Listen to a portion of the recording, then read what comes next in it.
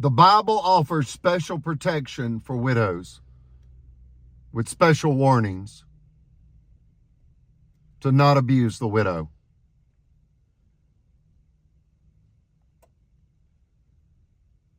They're not defenseless. The whole world will move to protect the widow. Sheriff Phil Sims, predator, multi-million-dollar thief, liar, dangerous criminal, conspired with Margaret Lacey. She only has a high school diploma from Memphis, Tennessee. High school. Vice president of a $28 billion national bank in Gunnersville. When my mother's mortgage was almost paid off on $1 million property, the sheriff and the banker moved to force her into unjust forced bank foreclosure with character assassination. Folks, they don't call it assassination for nothing. They assassinated our character with lies in order to rob us of our land. It's a modern day Salem witch trial catastrophe. Yet instead of wicked witch slander, they use child rape slander. Unimaginable. They wanted us silenced, incarcerated on illegal firearms charges, illegal drug charges. They wanted us destroyed, and they moved to do it. We ask for your help. Contact your federal representatives today. For example, Tommy Tuberville in Huntsville. That's Senator Coach Tuberville. Congressman Adderholt. Let them know that American elders are being robbed by the officials in Marshall County. That's Northeast Alabama. In a way, the most evil Christians reside here. These people claim to be good faith Christians. They don't miss a Sunday prayer service. You find out it's radical religious dogma. In essence, they say, God told me. Really? Folks, they do this. God told me what? God told me you are unworthy, and God, wants me to have your property. So now they're on a mission from God. Folks, you can think it, you can speak it, but you best not do it. They did it. They pulled the trigger. They used child rape slander. It's more deadly than a firearm. You might survive being shot by a firearm. You're not going to survive child rape slander. There are 6 law enforcement officers in this catastrophe that all used sexual perversion slander and other forms of vicious slander, aiding and abetting the sheriff in $1 million prime commercial real property heist.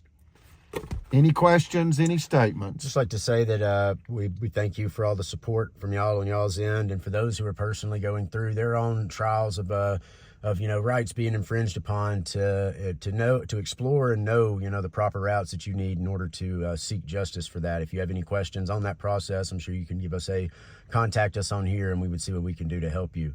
As far as that goes, hang in there like a hair in a biscuit. Thank you for that pure truth testimony.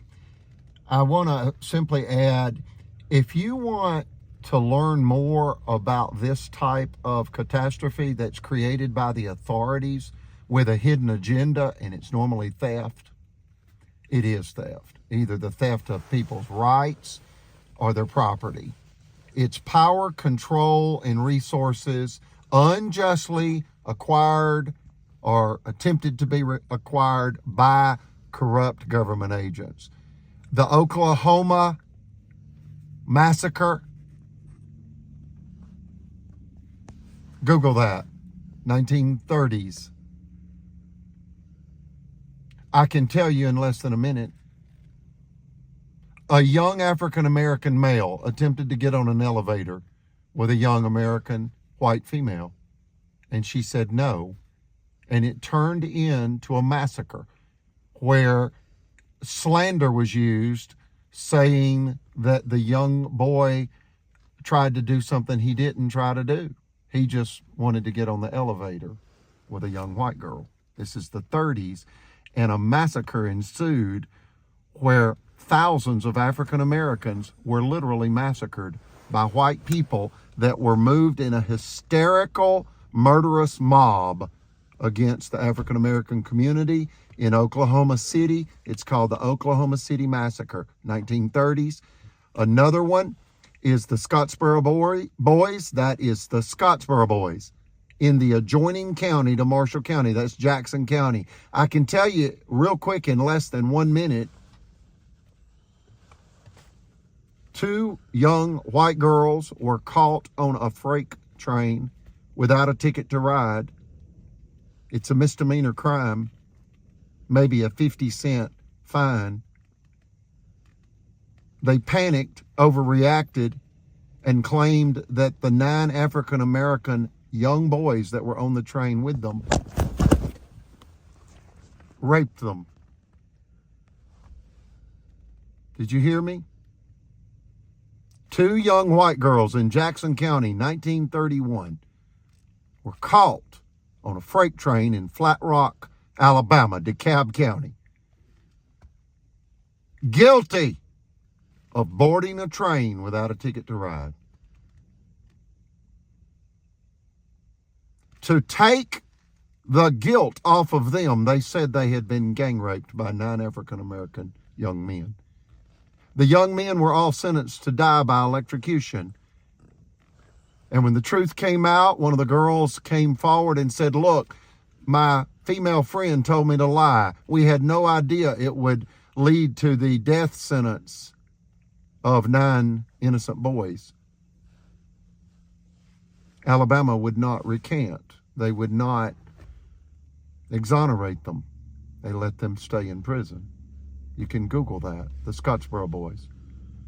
Why am I talking about this? Folks, if you don't know, Marshall County has attempted to misuse the stereotype that American Boy Scout masters are predators to young boys. Brother-Chappell was a Boy Scout master for over 20 years in Clearwater, Florida. He never hurt anybody.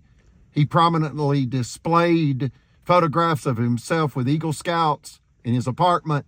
It was used as vicious slander to destroy him. They attempted to use a stereotype and create a public moral panic, hysterical mob violence. Show the wrought iron on our building. We had people throwing chairs into our front windows because the sheriff was telling people, "Get them! They abuse kids." A catastrophe.